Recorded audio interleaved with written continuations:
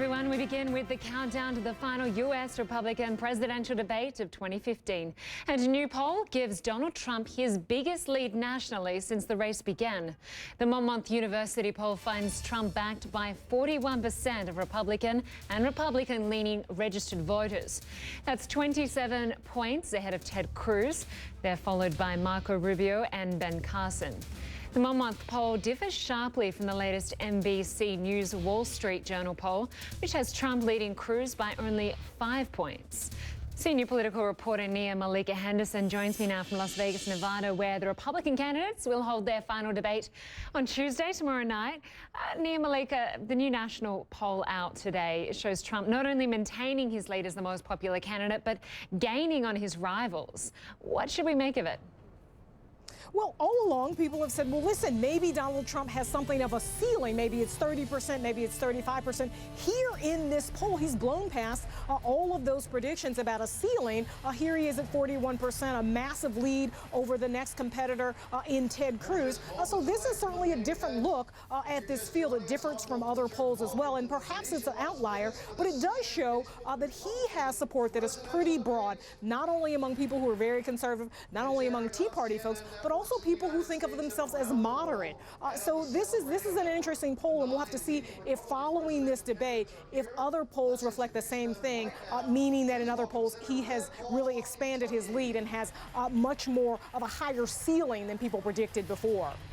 There is also a new Iowa poll out today, just in the last hour, that shows Donald Trump and Ted Cruz pretty much neck and neck. Now, we know Ted Cruz has a lot of support from evangelicals, but what does he need to do to broaden his appeal? Well, I think for Ted Cruz, he's got to figure out how he can also appeal more broadly to the same kind of voters that Donald Trump is appealing to, and those are blue-collar white voters. Those are the kind of voters that are not only going to be in evangelical states, but also in bigger states like Ohio, like Michigan, like Virginia. That's what he has to really do, to figure out some of that kind of Trump magic, to be more of a populist and less of a culture warrior, because that culture warrior part of him, where he talks about socially conservative issues, has certainly got him where he is now. But to broaden, I think he's going to have to talk more about the economy and really strike the kind of us versus them tone that you've heard so far from Donald Trump. Yeah, that's a really good point. And of course, Ben Carson has dropped significantly in the national poll. Do you think he's on the way out?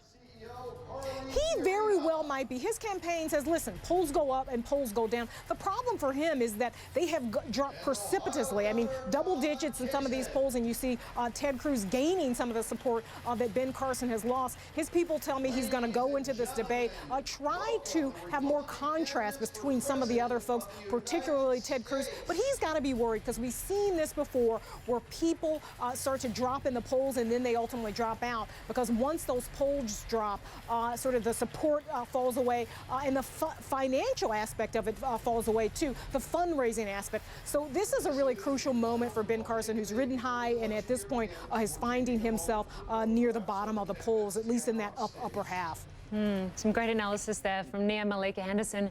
Thank you very much. We will be watching the debate tomorrow night. Thank you. And of course, CNN's coverage of the Republican debate starts Tuesday at 11 p.m. in London. That's 12 midnight Central European time.